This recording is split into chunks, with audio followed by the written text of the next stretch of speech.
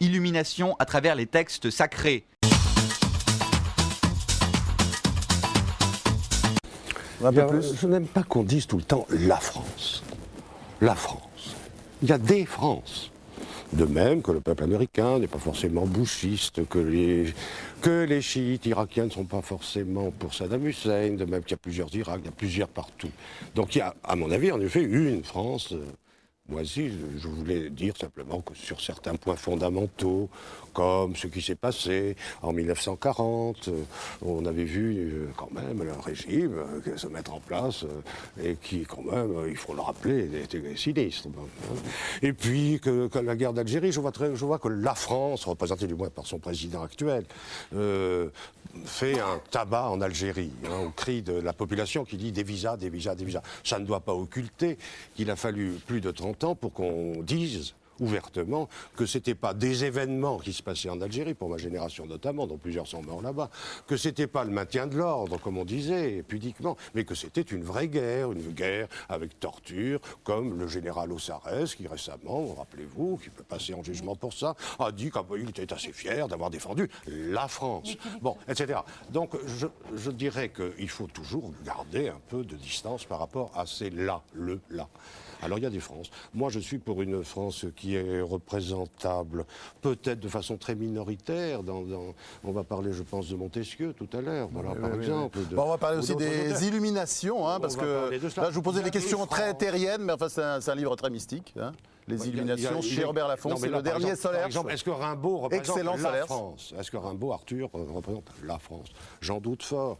Il y a tout un conflit. Il y a une guerre en France entre plusieurs camps. C'est ça la démocratie. Alors moi je pense qu'en effet, quand il y a cet unanimisme extraordinaire, parce qu'on atteint des chiffres presque totalitaires, enfin tout le monde est d'accord brusquement, moi je ne suis pas tout à fait séduit par cet unanimisme. Je me demande ce qui cache. Je vois qu'il y a 10% de gens qui ne seraient pas derrière la position de la France. Ces 10% m'intéressent. Ils sont composés de quoi? De qui? Je ne sais pas. Est-ce que je suis dans ces 10%? C'est pas exclu. Bon, Philippe Solers, moi je suis un peu déçu parce qu'il y a quelques années, je crois, vous vous êtes agenouillé devant le pape pour lui donner votre dente. Alors je me disais que comme aujourd'hui finalement, Chirac c'est la version laïque et républicaine du pape dans cette affaire de la guerre. Oui, je sais, ça énerve Maurice Dantec.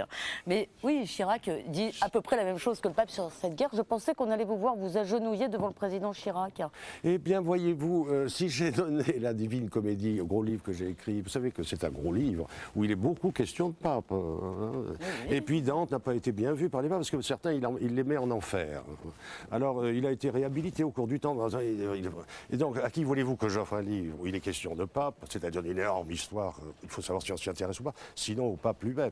De là à faire de Chirac un pape, il est élu, le pape ne l'est pas. Il y a plusieurs France, etc. Mais vous n'étiez quand même pas tout à fait aussi nuancé quand vous avez écrit ce fameux article. Mais si, et en somme, vous avez... ce que j'ai dit dans cet article. Moi, je le sais très bien. Vous avez dit une chose. Vous avez dit une chose assez grave. Vous avez affirmé au sujet de la défaite de 40. Il y a eu une France moisie. Vous avez affirmé au sujet de la défaite de 1940. Vous avez dit cette phrase: la France moisie, donc a eu un bref espoir pendant 4 ans. C'est-à-dire que vous avez en gros accusé cette fameuse France des clochers que vous n'aimez pas. Vous l'avez accusée de s'être réjouie de l'invasion allemande et de l'occupation allemande. C'est pas vrai. Vous regrettez pas? Non, c'est pas vrai. Le fondateur du Monde avait écrit Il y a beaucoup de choses à dire, on va essayer de simplifier un peu. Chrétien, oui, mais quel chrétien? Voilà. Le pape n'est pas d'accord, les catholiques, les protestants. Non. Vous dites pays religieux. Vous croyez que l'Angleterre est un pays immensément religieux? Blair est encore un petit peu plus, religieux. Par le un petit peu plus religieux qui est catholique. Un petit peu plus religieux que la France. Il faut être très précis sur tout ça, mon Dieu. Autrement, nous sommes perdus. Alors, en effet, ce Dieu-ci, ce Dieu-là. Et oui, c'est bien le problème. Dieu reconnaîtra les siens. Dieu reconnaîtra les siens, c'est vite dit. Moi, je crois que ce sont des questions importantes qui sont devenues brusquement géopolitiques, avec une grande explosion de cette affaire. On ne peut pas passer comme ça sur le renouveau islamique, sur l'orthodoxie mêlée à la guerre entre la Serbie et les autres, etc. Enfin, c'est très important. Le problème religieux, dont vous avez d'ailleurs la constatation qu'en France, l'ignorance est totale. Elle a été organisée. C'est pas vous avez Régis Debray qui vous fait des propositions. Moi, je ne veux pas vous en faire de façon administrative. Mais il y a un problème d'ignorance. de grande ignorance. Et c'est la question, je crois, parce que dans les faits, vous avez en effet ces questions. Et alors, si vous mélangez tout, vous dites chrétien, mais alors mon Dieu, chrétien, et juif, et donc qu'est-ce que c'est que ça? Et pourquoi est-ce que le problème est aussi virulent aujourd'hui? Et pourquoi dans les manifestations qui sont progressistes ou anti-américaines, voit-on déjà venir à cause du conflit du Moyen-Orient des Israéliens et des Palestiniens, dont nous n'avons pas encore parlé, ce qui est extravagant. Extravagant. Donc nous aurions dû commencer par ça. Et quand vous voyez que déjà, le Parti socialiste se demande si dans ces manifestations il n'y a pas des débordements qui seraient carrément antisémites, si alors ça ne serait pas une vieille tradition française qui serait greffée sur une autre population qui elle-même aurait là des intérêts Excusez-moi considérables. Philippe, une vieille tradition socialiste, il faut se rappeler que Édouard Dumont est un socialiste. Ce sont des problèmes essentiels et donc il faut les traiter les uns après les autres sans dire chrétiens, juifs, musulmans, les musulmans modérés, il y a les chiites, il y a les sunnites. En tout cas, Dieu, entre guillemets, a supposé qu'il existe. Moi, je ne sais pas s'il existe, mais je vois qu'il fonctionne. Voilà pourquoi la question de Dieu, entre guillemets, est importante. Si, parce qu'elle préserve l'individu dans certaines circonstances. Voilà. Elle devient de plus en plus importante pour vous, en tout cas. Hein, parce qu'il y a la de plus en question plus de livres autour de ça. De l'individu, celui-là, pas... C'est de plus en plus présent dans vos livres. Oui, mais je trouve qu'un écrivain défend sa vision du monde, son langage, sa façon de voir les choses, et qu'il n'a pas à défiler pour ci, pour ça. C'est le rebord des laïcs, Voilà, c'est pas un écrivain. Moi, je suis engagé dans le fait qu'un écrivain travaille sur un certain type de substance, qui est le langage, la poésie, la vision, etc. Et que si on veut tout le temps le traîner au tribunal de l'opinion collective, on fait vraiment, depuis le temps que ça dure, c'est vraiment absolument fatigant. Et question personnelle, alors je repose ma question. Quand est-ce que vous avez rencontré Dieu? Quand est-ce que vous avez 2 ans qu'on m'emmerde avec ça, alors qu'il y a 1000 pages à lire. Quand avez-vous rencontré Dieu? C'est Dieu au collège des Jésuites ou quand avez-vous rencontré Dieu?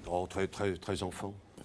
Parce que c'est quand même depuis quelques années seulement... En regardant la nature. C'est depuis quelques années seulement qu'il est très présent dans vos livres.